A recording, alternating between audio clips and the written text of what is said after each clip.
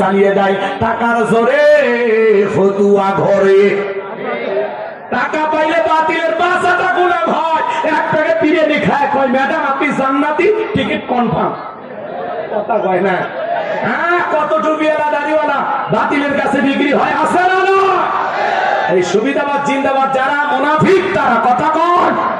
আমার ভাইয়েরা, বেলালের উত্তরসূরি যারা টাকার কাছে বিক্রি হবে না তারা। এইবার আবু জেহেল থেকে বলে, বেলাল এত বড় লোভনীয় প্রস্তাব দিলাম, রাজি হইলা না। সোজা আঙ্গুলে ঘিউ না উঠলে আঙ্গুল একটু বাঁকা করা লাগবে। এই কথা বলে যুবকদের নিয়ে দিল, চাবুক দিয়ে পিটানো শুরু করো। হযরত বেলালকে চাবুক দিয়ে পিটানো শুরু হলো। এরা যত জোরে তত জোরে কালেমা পড়ে।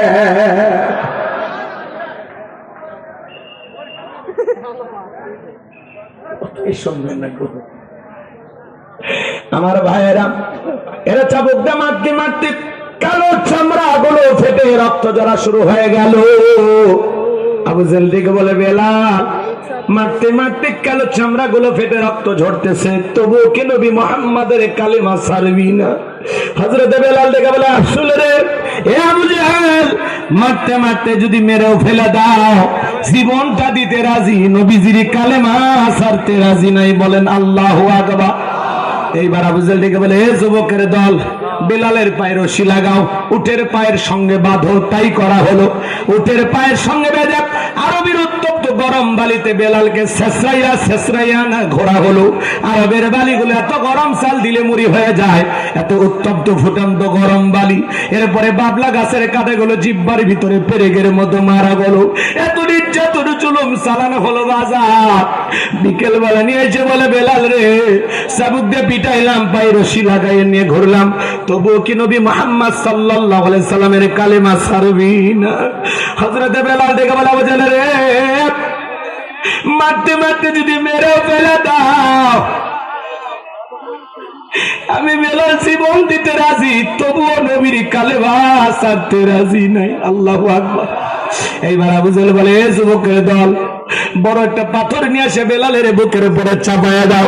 বিশাল বড় একটা পাথর নিয়ে আইসা হযরত বেলালের বুকের উপরে চাপায়া দেওয়া হলো। আবু জেহেল মনে করলো পাথরের চাপার আঘাতে বেলাল মারা যাবে। এই কথা ভেবে কাফেররা চলে গেল। হাত বাঁধা, পা বাঁধা, বুকের উপরে বিশাল বড় পাথর। এরপরে রক্তাক্ত জিহ্বাটা নাড়াইয়ে হযরত বেলাল জিকির করে, কার? হে পাবনার মুসলমান ভাইরা, আপনাকে আমাকে জিকিরি করার জন্য কেউ মারে না, পেটে না, ধমক দেয় না, তবু আমরা কপাল পোলা আল্লাহর জিকিরি করি না।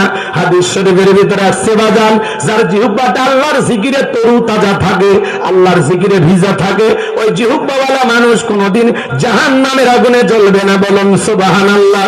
ফাযকুরুনি আযকুরুকুম ওয়াশকুরুলি ওয়ালা তাকফুরুন। আমার আল্লাহ বলেন, তোমরা আমারে স্মরণ করো, আমি আল্লাহ তোমাদেরকে স্মরণ করব। কৃতজ্ঞতা প্রকাশ করো, অকৃতজ্ঞ হইও না। তাহলে সবসময় জবানে জিকির চালু হবে কার? আরেকটু জোরে বলেন কার? এ বাজার মাঠে কাজ করতে করতে জিকির করা যায়, ব্যবসা বাণিজ্য করতে করতে জিকির করা যায়, অফিস আদালতে বৈশা বৈশা জিকির করা যায়, রিক্সা ভ্যান চালাতে চালাতে জিকির করা যায়। জিকির করার জন্য আলাদা সময় লাগে না, সবসময় জবানে জিকির চালু রাখবেন। সুবহানাল্লাহ, আলহামদুলিল্লাহ, লা ইলাহা ইল্লাল্লাহ, আল্লাহু আকবার, সুবহানাল্লাহি ওয়া বিহামদিহি, সুবহানাল্লাহিল আযীম। পারবো তো ইনশাআল্লাহ? মা বোন যারা আওয়াজ শুনতেছেন, মা মহিলা আছে, আমার মা বোন যারা আওয়াজ শুনতেছেন, মা মাসে আপনারা বেশ কয়েকদিন অসুস্থ থাকেন, যে সময় আপনাদের নামাজ পড়া নিষেধ, কিন্তু এই সময়গুলোতে আপনারা চাইলে বেশি বেশি জিকির করতে পারবেন। জিকির করতে কোনো বাধা নাই। আল্লাহ আমার মা বোনদেরকে আমল করার তৌফিক দান করেন। রসুলের